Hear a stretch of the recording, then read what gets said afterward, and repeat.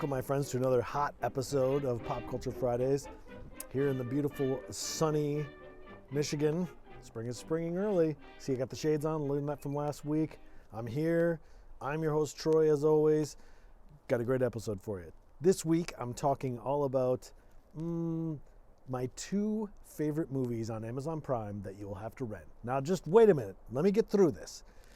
The other day, I was thinking, I spend a lot of time looking for movies, as we all do, and I'm just sort of picking things that from a bag full of tricks that Netflix or Hulu or HBO or whatever are giving me. I'm not having any say in what I actually want to watch. Do you know what I mean? So what I started doing was, anytime I thought of a movie that I wanted to watch, I wrote it down, and if it wasn't on the streaming service, I would find a way to get to it anyway. You can go to a used CD place, vinyl shop, used records. They usually have a stock of DVDs, old DVDs, used DVDs that you can get for $2, $3, $4, or you can rent it on Amazon, assuming it's not crazy. Now, the movies I have for you today, they're $3 a piece. Sometimes you got to dabble. You got to go in and you got to take a chance. Either it's something you haven't seen or you want to rekindle a romance with a past classic. This is the way to go. I think you want to be careful, of course, because it's a dangerous road to start renting everything that you see on there and new releases and all that. But I think sometimes you got to pay. If you go into a restaurant and they're telling you, oh, you can get one of the things that we're choosing for you, that's fine. Usually that works out. But sometimes you just think, I got an itch, I got a pizza itch here, I got a scratch. Or you want some pasta and you chicken, whatever it is. I never get a hankering for chicken. I think it's disgusting, but that's just me. But I almost scratched a couple of records there. Did you hear that? Did you hear that? All right. Anyway. All right. So that's what I'm doing this week. I wanted to give two examples of Prime movies that I have just rented that I think you're going to love. Do you want to hear them? Let's do this. Pop Culture Fridays. All right. Number 2. I've been wanting to see this movie for a few years. Falling Down with Michael Douglas, directed by Joel Schumacher from 1993.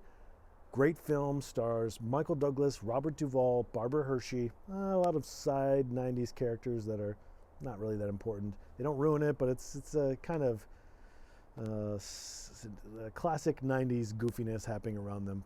Great movie, though. Didn't disappoint. I love this film. This movie is all about Michael Douglas's character who has lost everything. He's lost his wife, his daughter. Now they're still alive. They just got a restraining order against him because he's got a temper, whatever. Lost his job. He was working at a missile design center. I don't know, missile store, something, where he's working for the government. Lost his job. So he's down on his luck. He's in traffic. That's how the scene opens. LA, 1990s LA, in traffic, not budging. It's not a highway. It's more like a side road that's maybe going to a highway. Sitting in his car, if you don't remember, and everything around him is sort of blowing up, increasing in intensity. The annoyance of other people on their car phones, which some people had back then. School bus of kids being disrespectful, people yelling, honking, whatever. His air conditioning doesn't work. It's super hot. He snaps, and that tension is released when he opens the door and gets out, grabs his briefcase, and walks off. Somebody yells from behind him, where do you think you're going? And he says, I'm going home, meaning he's not supposed to go to his wife's house, the house they had together, but it's his daughter's birthday, and he wants to go there. So now he's going from his car to that house through gangland, through bad parts of LA. Lots of shenanigans along the way.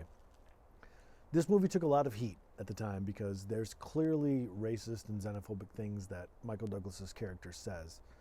And I think it's more xenophobic than anything because there are some scenes where he sort of feels connected to, this one guy in front of a bank is a black guy holding a sign that says, I'm not economically viable, because his bank had turned him down for a loan and given that reason, I would assume.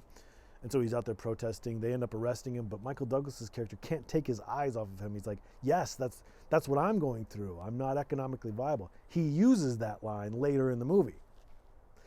And then the other one is he goes into a surplus store and he ends up killing a neo-Nazi guy saying, this is America. What are you doing? I'm not whatever. I think he probably also kills that guy because he sees a little bit more of that in himself than he wants to see, partially. But I think it's more xenophobic than anything. Anyway, snubbed by the Oscars in 94 for the 93 release, and took a lot of heat, Michael Douglas did, because this was about 3 years before Columbine. So the mass shooting thing, I don't think it had taken off yet. I think it was 96 for Columbine. Not sure. But anyway, people found the character unpalatable. They didn't like it. They thought it was intense. They thought it was angry. They thought it was, very kind of negative. And, Kirk Douglas, his father, actually, I guess, just like wrote not just, but at that time wrote sort of a guest column in the LA Times saying, like, look, you guys don't get it. I think this is one of the best movies he's done. And he's not portraying this guy as a hero. He's portraying him as a villain and a victim. If you don't remember, what happens along the way is, he does some angry things, some violent things. But a lot of the time, and I'm not excusing it, but a lot of the time he's being provoked. Like when he's in the park just sitting down and two gangbangers come up and try to take his briefcase, he ends up beating them up, and then he ends up taking their bag of guns from them when they try to retaliate later on. And now he's walking around and he shoots up a McDonald's, he shoots up a phone booth, whatever.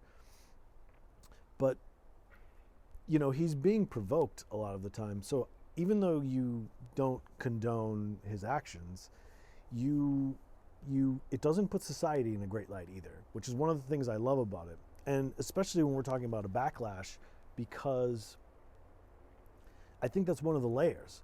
So the backlash against this movie as it being like this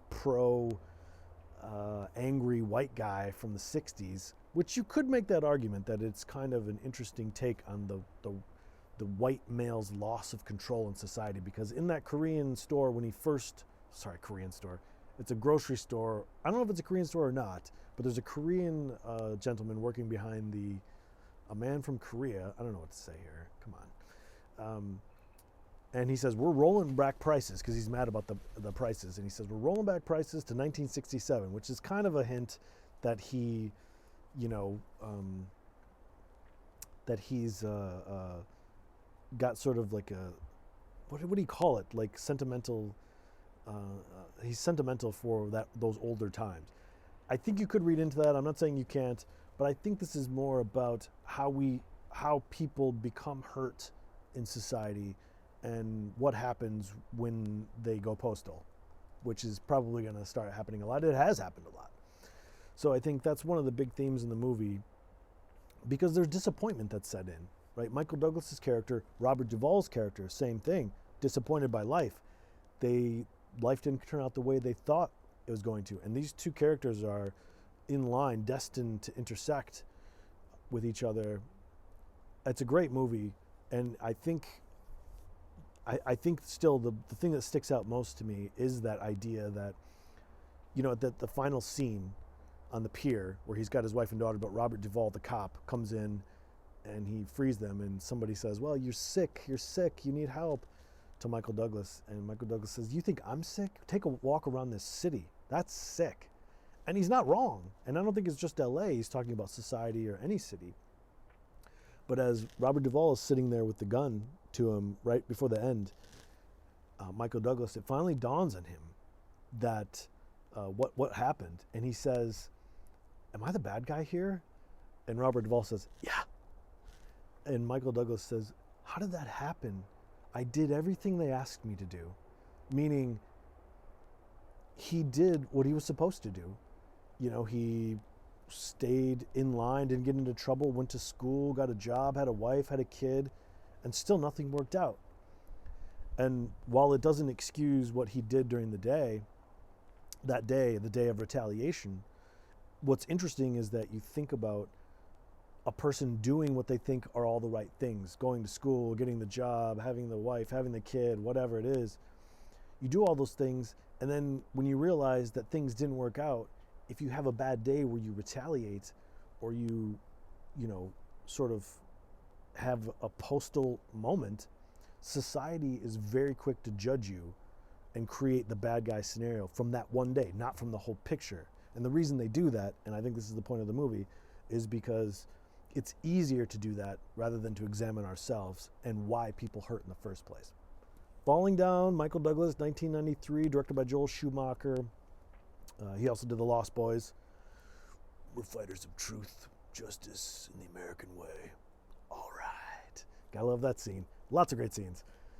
He did St. Elmo's Fire too, a couple campy things in the 80s, but did Lost Boys, did Falling Down. Love it. Great film. $3 on Amazon Prime. Check it out. Okay. Number one. This is the other one I'm going to suggest to you. Another film that I love, that I loved rewatching. Saw both of these last night. Lost in Translation by Sofia Coppola. 2003, stars Bill Murray, Scarlett Johansson, a little bit of Giovanni Ribisi, but not much. This film in 2003 won Best Screenplay at the Oscars. It was up for Best Picture and Best Director, but it lost to Lord of the Rings, Return of the King, which is kind of weird because it's hard to imagine the sci-fi film. It's a great movie. I love the trilogy. I saw that recently, and it's great, but it's hard to imagine the like sci-fi, because Star Wars doesn't do very well, winning an Academy Award. In any case, love this movie. The thing that I love about it the most, that's going to be worth the $3, is that it sort of reinvigorates you about life. And it does that by taking you through the setup to that. So at the beginning of this movie, you've got Scarlett Johansson's character, Bill Murray's character. They're both in Japan for work. They're at the same hotel. They're both depressed. They're both lonely. They're both married, but they're not getting what they need from those marriages. Scarlett Johansson's husband, Giovanni Ribisi, is there for work, but he's too busy to notice her growing apathy. And Bill Murray's in the hotel room, a fading star of film and screen doing commercials, and his wife on the phone either doesn't want to recognize his emotional needs or isn't able to. And so you've got this setup of this lonely two-person scenario. They end up meeting at the bar.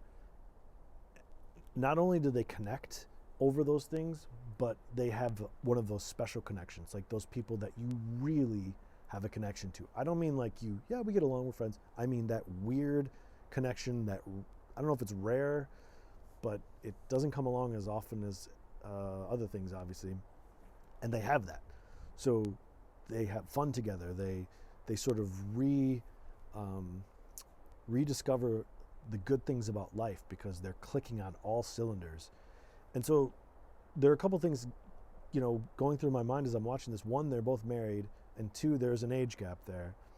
I think a lot about the age gap. I don't think it matters whether it's an older man, younger woman, or vice versa. It doesn't matter.